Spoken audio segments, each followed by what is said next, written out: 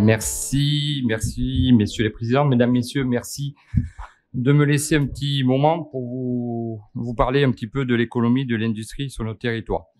Les résultats de notre politique depuis 5 ans sont sans appel. Il y a 5 ans, le chômage était au plus haut. Aujourd'hui, et malgré la crise, il est au plus bas depuis 15 ans. 7,4 de pourcentage de chômage au plus bas en 2008 sur le département, donc, et 15,9% de chômage pour les jeunes, le plus bas depuis 40 ans. Donc j'ai essayé de suivre un petit peu votre plan. Donc je parlerai pas de tout, je laisserai Lourdes en particulier à Benoît qui en parlera, j'imagine. Donc sur la formation, nous avons mis le paquet sur l'apprentissage, vous le savez, 718 000 jeunes sont rentrés en apprentissage en 2021, alors qu'ils étaient moins de 300 000 en 2017. 718 000 contrats d'apprentissage signés en 2021, c'est plus 37% par rapport en 2020. Pour le département, c'est 3 000 contrats d'apprentissage et de professionnalisation signés en 2021. Le résultat, c'est parmi les jeunes dont l'apprentissage se terminait en 2020, en pleine crise, 6 sur 10 ont trouvé un emploi dans les 6 mois. 60% sont en CDI. Un jeune, une solution a permis d'aider 4 millions de jeunes pendant la crise. Pour les 500 000 jeunes sans emploi et moins qualifiés, le contrat d'engagement jeune permet un suivi intensif. Aujourd'hui, grâce aux réformes déjà menées, l'enjeu n'est plus tant de lutter contre le chômage de masse que de s'assurer que la formation correspond réellement à vos besoins territoriaux. Nous renforcerons les fondamentaux à l'école, augmenter les heures de français et de mathématiques en primaire et en 6e et mettre les mathématiques dans le tronc commun du lycée. Nous commencerons à parler d'orientation dès le collège, connaître plus tôt pour mieux choisir plus tard. Tous les enfants découvriront de la 5e à la 3e plusieurs métiers, dont les métiers techniques et manuels. Faire du lycée professionnel une voie d'excellence avec la méthode qui a réussi sur l'apprentissage. Les périodes passées en stage en entreprise augmenteront de 50% et les jeunes seront rémunérés. Ouvrir toutes les places nécessaires dans les filières du supérieur qui correspondent aux besoins de la nation et plus particulièrement aussi de nos territoires. À commencer par les BTS, les IUT, les licences pro et réguler les filières qui ne mènent pas assez à l'emploi. Nous formerons 1 million de personnes aux métiers d'avenir d'ici à 2030 dans la transition écologique, l'intelligence artificielle ou encore le numérique. Un petit point sur l'industrie. Nous avons mis fin à l'hémorragie de la désindustrialisation. La France recrée des emplois industriels pour la première fois depuis 15 ans.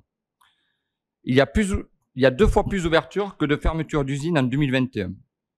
Les Hautes-Pyrénées ont recréé plus d'emplois industriels qu'on en a perdu depuis longtemps.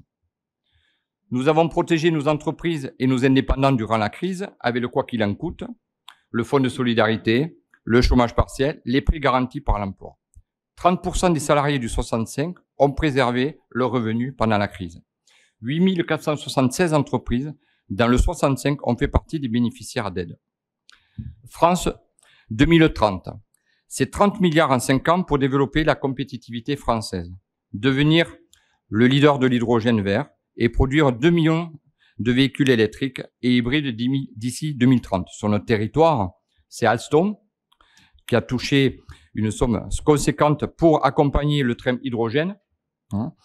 C'est aussi un territoire ici qui a un projet important d'installer des montages de bus à hydrogène pour le marché français. C'est soutenir l'innovation industrielle et baisser les charges de production sur les entreprises pour encourager la création d'emplois, leur développement et le ruissellement de notre économie.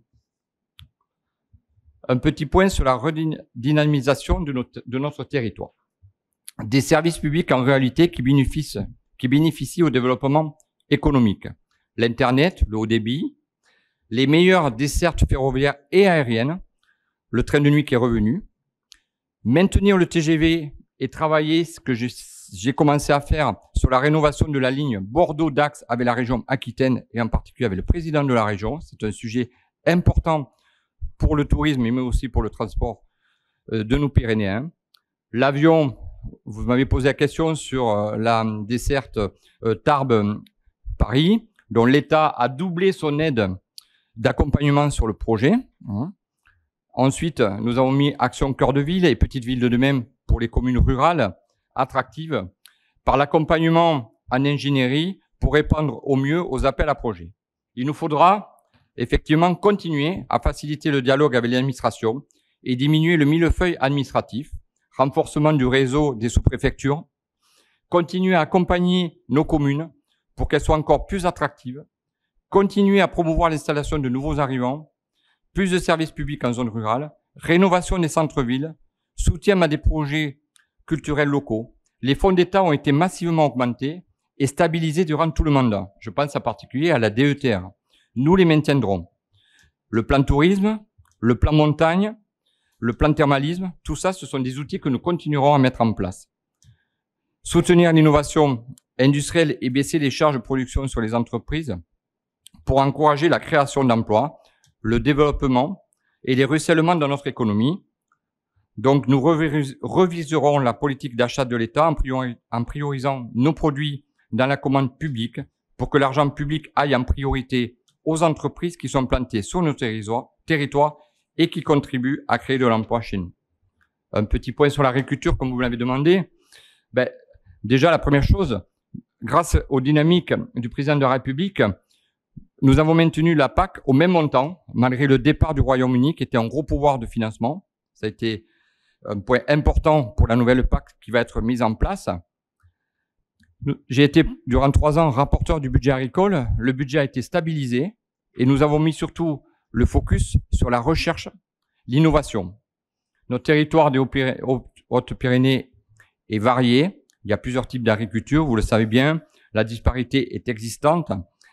Il nous faut accompagner au mieux les initiatives locales par une mise en réseau accentuée.